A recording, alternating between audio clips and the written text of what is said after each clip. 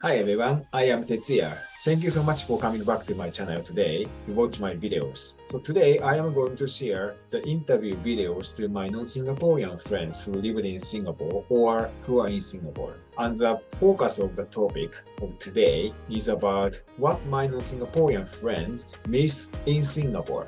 Singapore is a very well-organized country, so there are so many things that are necessary for the foreigners from many different countries. But still, of course, not everything can be fulfilled because there are so many different things in other countries.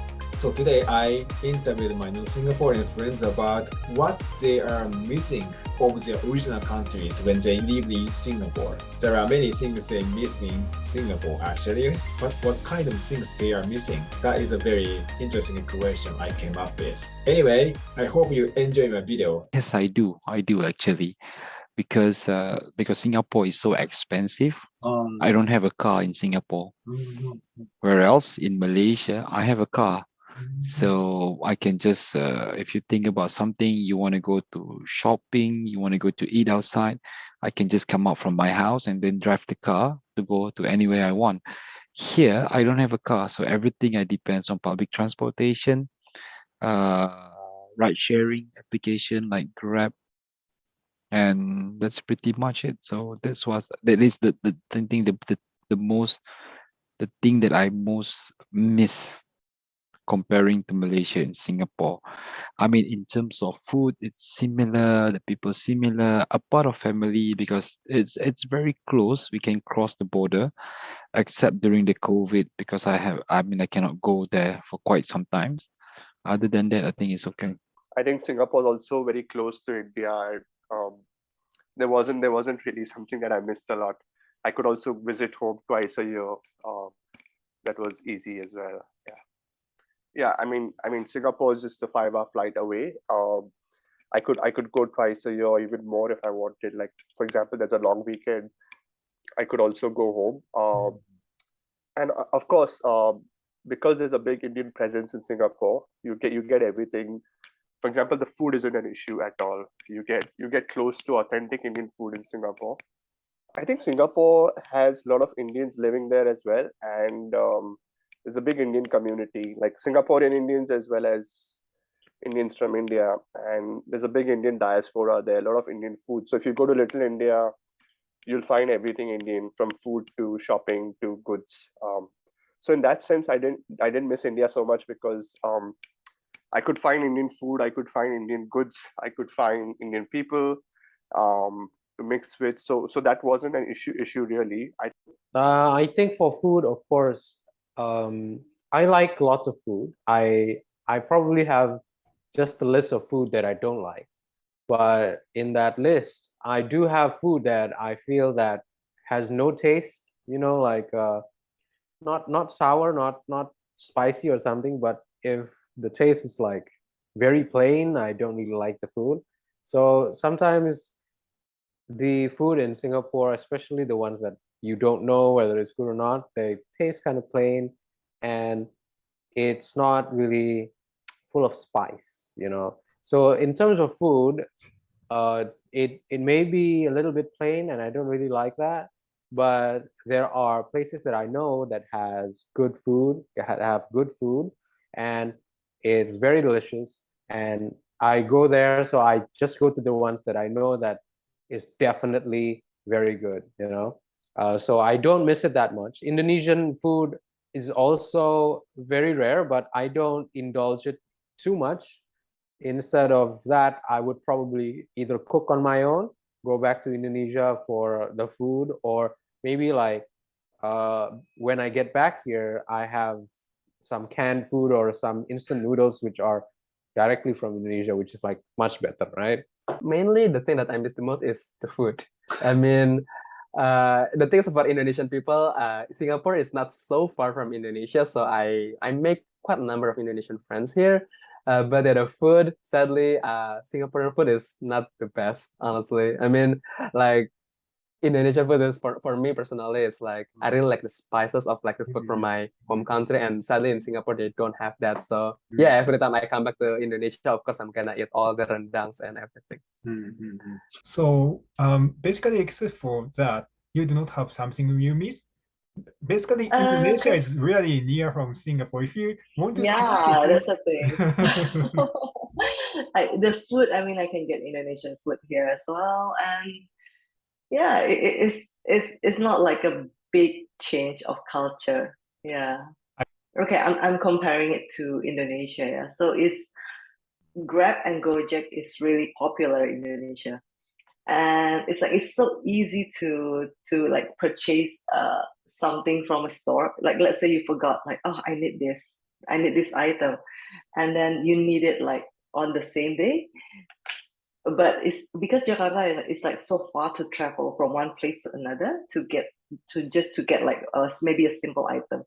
So that's why it's so easy. You can use Grab and Gojek for them to ask. I mean, to ask them to purchase the stuff for you, and it's also very cheap. But it's a different story in Singapore. It's like you want to order Grab food. It's quite pricey here. So I miss that like the ease of ordering food delivery or items. So yeah, that is most likely Yeah, the problem here. Yeah. and at a reasonable price, right? Yes, correct. Yeah. I mean, I understand it because like the labor is like more expensive in Singapore as well. Yeah, so but I miss that when I'm back in Indonesia, yeah. Good question. Not really. I really felt like I was at home in Singapore. Wow. The only thing that was a challenge for me, and this might not be a good answer to your question, but the only thing that was a challenge was the time difference. Oh. So I was never fully, because it was 12 or 13 hours. So when I was getting ready for bed, my family and friends were just waking up. So I felt like I had to stay awake in order to communicate. And I really like watching football. Football is one of my favorite things to watch.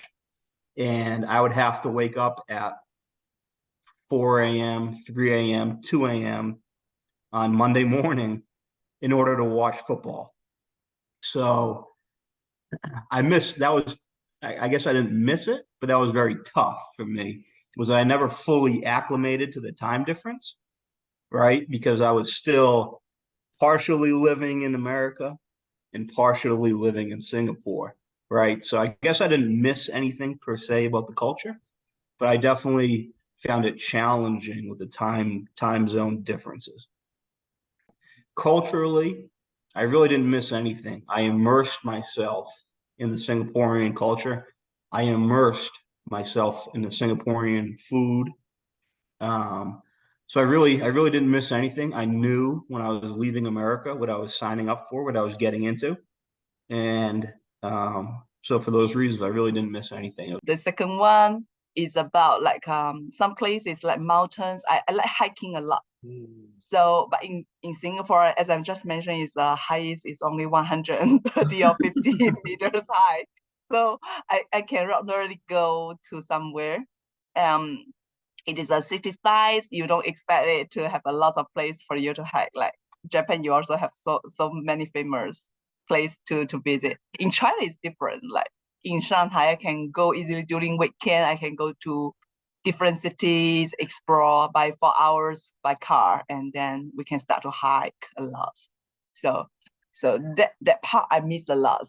I think only things I miss a lot actually is the weather and also besides the weather, also the place I can go. So weather, in terms of weather, Singapore actually is only summer, like only one weather across the year. I cannot enjoy the winter or spring or fall. I love those seasons a lot, but here is so simple. So when I want to get cold, I just need to stay in the aircon room. So, yeah, this is something I miss a lot when I'm back in China. What I really missed is that India itself is such a diverse country. It's like multiple countries in one. So the geographical expanse of India is so much, and Singapore is a city and a nation combined into one. So if you look at the population of India versus population of Singapore, India's population is in the tune of billions, whereas Singapore could be a few millions. So the scale is completely different. So the number of people you see on the streets, say of India, and the kind of geographical expanse it has, and the kind of things you can visit in India in terms of the tourism. There's so many opportunities to maybe see mountains, visit the beaches, or go to the forest for a trek. The amount of opportunities a country like India offers is immense. I guess the thing I miss the most is probably the food from my hometown. You can find Kerala. Kerala is the state that I'm from in India. So you can find Kerala food here, but it's hard. You need to travel quite far. And I'm a lazy person. I don't like to travel a lot. So I do miss the food. And I guess what I also miss is my hometown. My hometown. It's not a village, but it's not really a city. So it's somewhere in between. So there's a very laid back culture there. People are relaxed, compared to Singapore, where it's a big city, so everyone's always in a rush to do something, to go somewhere. So I do miss that laid back culture a lot. I think there are no restrictions on you if you want to do anything relevant to your culture in Singapore. Like we have all other opportunities that we can avail in our country as well. So the difference is, even though if you are living abroad, definitely you will miss your country, your people, your family. But I think in Singapore, this feeling is comparatively low.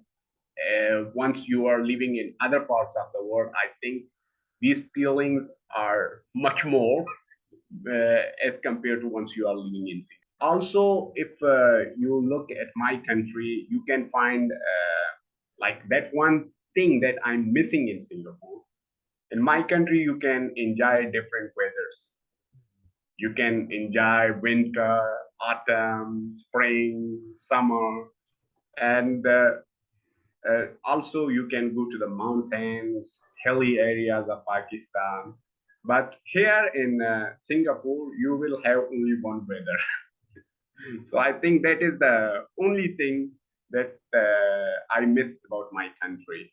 Hi, so I am back. So how was the interview video? My friends from many different countries mentioned what they are missing in Singapore. I hope what they are mentioning was interesting to you, regardless of if you are a Singaporean person or not. As some of you might have expected in the beginning of the video, some of my non-Singaporean friends mentioned the food of their own country or their own regions in their country. Yeah, of course, it will happen because the food from their own place, the food they are used to, is usually always best for themselves. But other than that, there are some other interesting things they miss, such as the service they can get in their own country, or just because of the price difference, the same service becomes a bit difficult to use in Singapore. That's why they miss. Anyway, what was the thing you found interesting about what my non-Singaporean friends missed in Singapore? Feel free to make a comment about that, or maybe anything you miss in Singapore if you are a non-Singaporean person.